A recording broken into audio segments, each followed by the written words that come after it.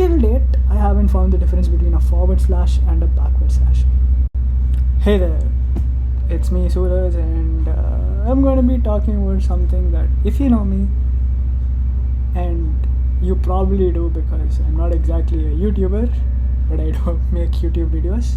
So you know that I hate Apple, and if you didn't, you probably don't know me at all. So going on, this video will convince you that macOSs are probably the best OSs out there, and that's me, a die-hard hater, telling you that. So I have very compelling reasons.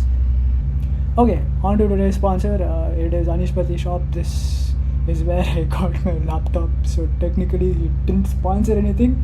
He just got me the laptop, which let me to use it and realize that Mac OS is actually pretty dope. Okay, back.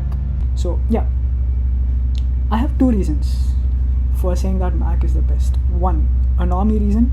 Two, a hardcore dev reason. Let's start with one. One is that Mac OS laptops are significantly way cheaper than the Windows counterparts.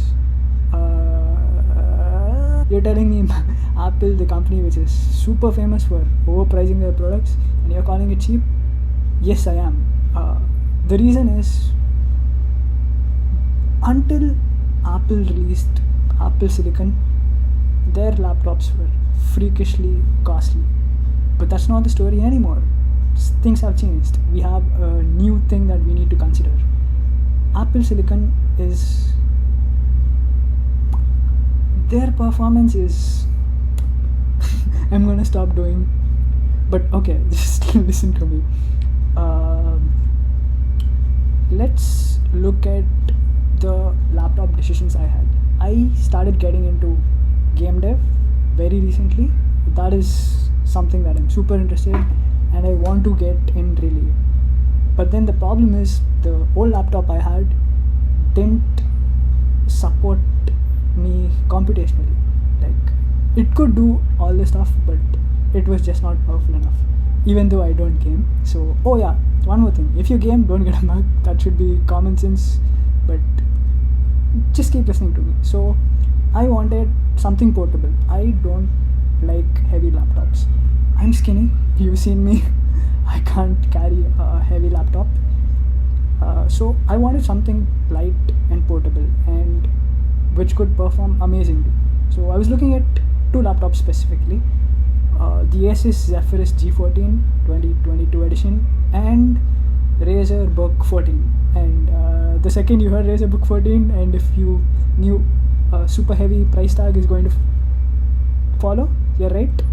The Razer Book 14 was freakishly costly, and the alternative was G14, but it wasn't that. The performance it would have come with would have definitely met my expectations. It came with a price tag of 1.5L, and it would have met. I could have done whatever I needed to do perfectly on that. But despite both these reasons, I still decided to go with a base model 14-inch MacBook Pro, which has a price tag of 1.8 lakh. And my second reason will make it super clear why I didn't get the Asus G14 2022 edition Zephyrus. So yeah, second reason. This is a very big reason for me, for my workflow, considering that I am a software engineer, or whatever you want to call me, web developer. Don't call me a web developer, even though most of the stuff I build are on the web.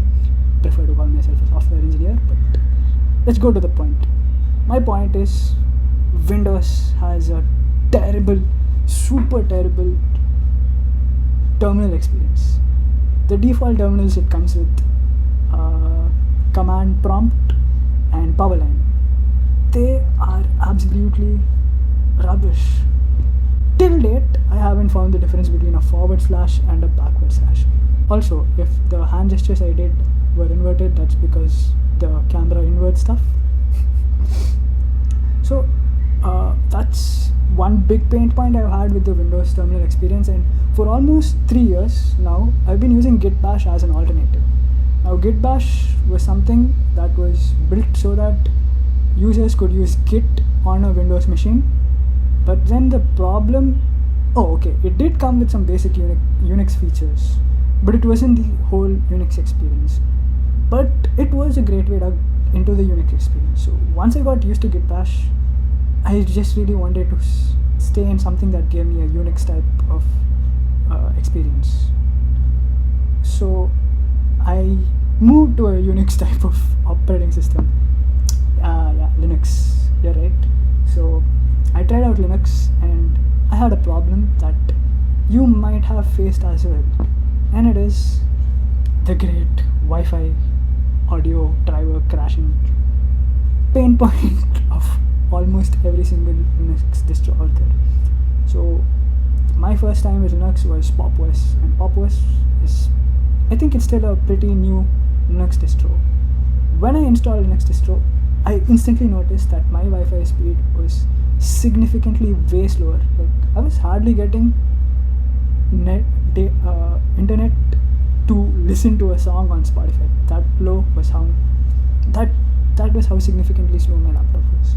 So I thought, okay, maybe I have to reboot something. I spent 3 days trying to fix it, and I did fix it, and the experience was great for a while.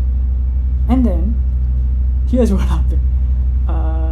My audio drivers crashed, and it took me 3 more days to fix it. And this has been the case in any distro I tried. Ubuntu, especially Ubuntu stuff would just crash out of the blue. Like, both Wi-Fi, I was working on a very serious deadline project.